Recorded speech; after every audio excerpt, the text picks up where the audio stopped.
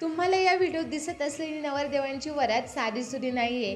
कारणही असंच आहे. कारण वरातीत दिसत असलेले नवरदेव तृतीयपंथी आहेत. तृतीयपंथींचा सामुदायिक विवाह सोहळा थाटामाटात पिंपरी चिंचवड शहरात 28 जानेवारी रोजी सायंकाळी 7 वाजता पार पडला आहे. आपण या व्हिडिओच्या माध्यमातून तृतीयपंथींच्या संपूर्ण विवाहासंबंधित जाणून घेणार आहोत. हा व्हिडिओ शेवटपर्यंत नक्की पहा. नारी द वुमन यांच्या संयुक्त विद्यमानाने तृतीयपंथी सामुदायिक लग्न सोहळ्याचे आयोजन करण्यात आले होते. तृतीयपंथी हा सामुदायिक लग्न सोहळा सगळ्यांसाठी नवीनच होता. कारण हा लग्न सोहळा कशा पद्धतीने पार पडणार याची उत्सुकता प्रत्येकाला लागली होती. या सोहळ्यात सहभागी होणाऱ्यांसाठी सोहळ्याचा अनुभव नवीनच होता. तृतीयपंथींच्या लग्न सोहळ्यासाठी मांडव सजला. सनई चौघडा मांडवात वाजू लागला. वऱ्हाडी मंडळी देखील अक्षता घेऊन सज्ज झाले. बँड वाजंत्री बँड वाजू लागले. याच मांडवात बघता बघता या तृतीयपंथींच्या लग्न सोहळ्याचा साखरपुडाही पार पडला. सुपारी देखील फोडली. नवरा नवरींना हळदही लागली. ज्या आईवडिलांनी लहानपणी आमचा सांभाळ केला, लहानाचं मोठं केलं, जेव्हा आम्ही आमच्या वयात आलो तेव्हा आम्हाला कळालंच नाही की आम्ही पुरुष आहोत की स्त्री. जेव्हा घरच्यांना ही बाब समजली तेव्हा घरच्यांनी आम्हाला घराबाहेर हाकलून दिलं. तेव्हा आमचं स्वप्न स्वप्नच राहिलं. आम्ही स्वप्नात कधीही विचार केला नव्हता आम्ही कधी नवरदेव व नवरीबाई बनू. आज ती स्वप्न आमची साकार होत आहेत. त्यामुळे तृतीयपंथींच्या चेहऱ्यावर ते एक आनंद दिसत होता. आज आम्ही लग्न बंधनात अडकणार, आम्हालाही आयुष्याचा जोडीदार मिळणार म्हणून नवरोबा आणि नवरीबाई यांच्या मनात आनंद होता. बघता बघता नवरदेव परण्या देखील निघाला. नवरदेव बग्गीमध्ये स्वार झाला आणि वरात निघाली. या वरातीत तृतीयपंथी मोठ्या संख्येने सहभागी झाले होते. आज माझ्या छेल्याचं लग्न आहे त्यामुळे सगळेच तृतीयपंथी वरातीत सहभागी होऊन मनसोक्त आनंद घेत होते.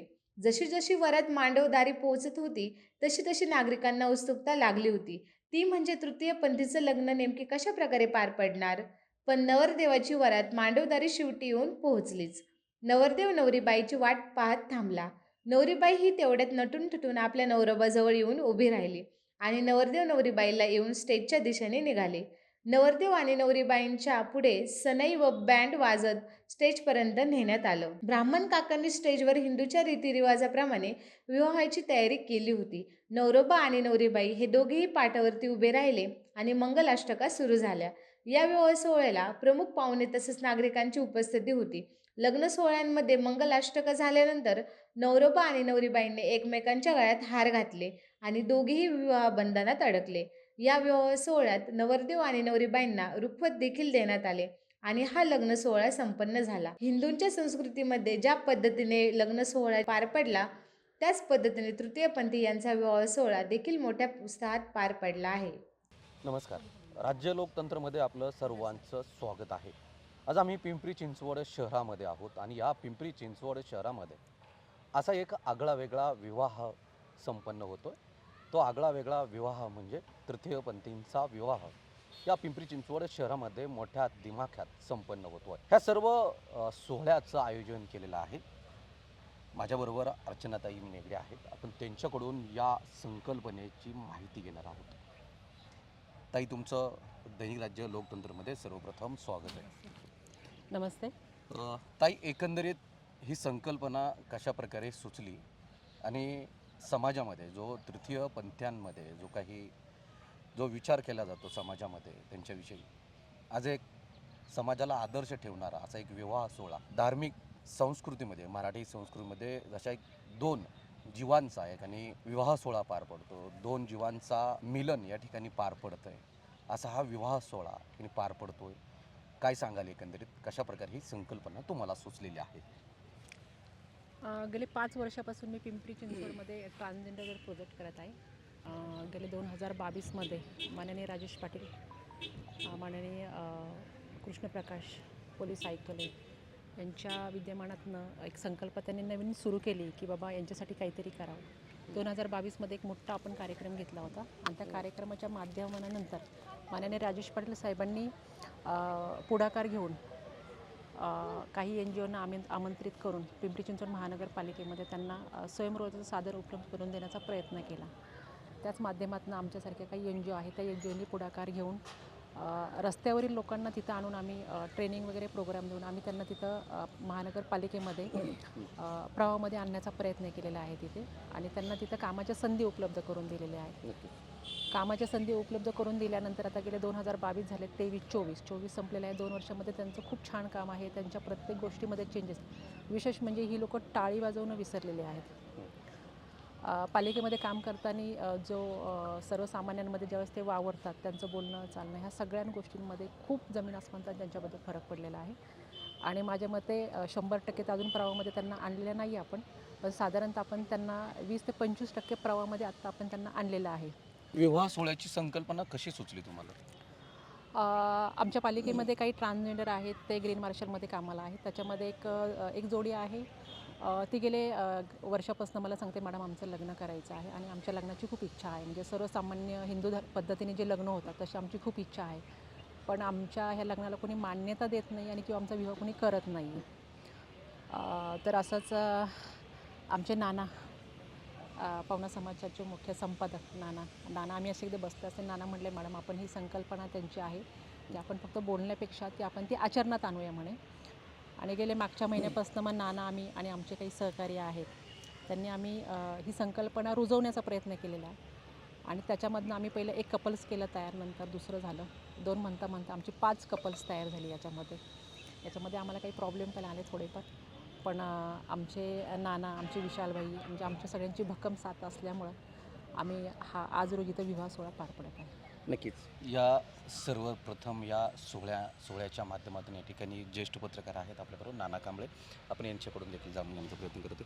नाना, एकंदरीत काय सांगाल? खरं तर समाजामध्ये तृतीयपंथी जशा प्रकारे सिग्नलवरती थांबतात, टाळी वाजवतात, पैसे मागतात, हा एक त्यांच्याकडे बघण्याचा एक दृष्टिकोन वेगळा आहे.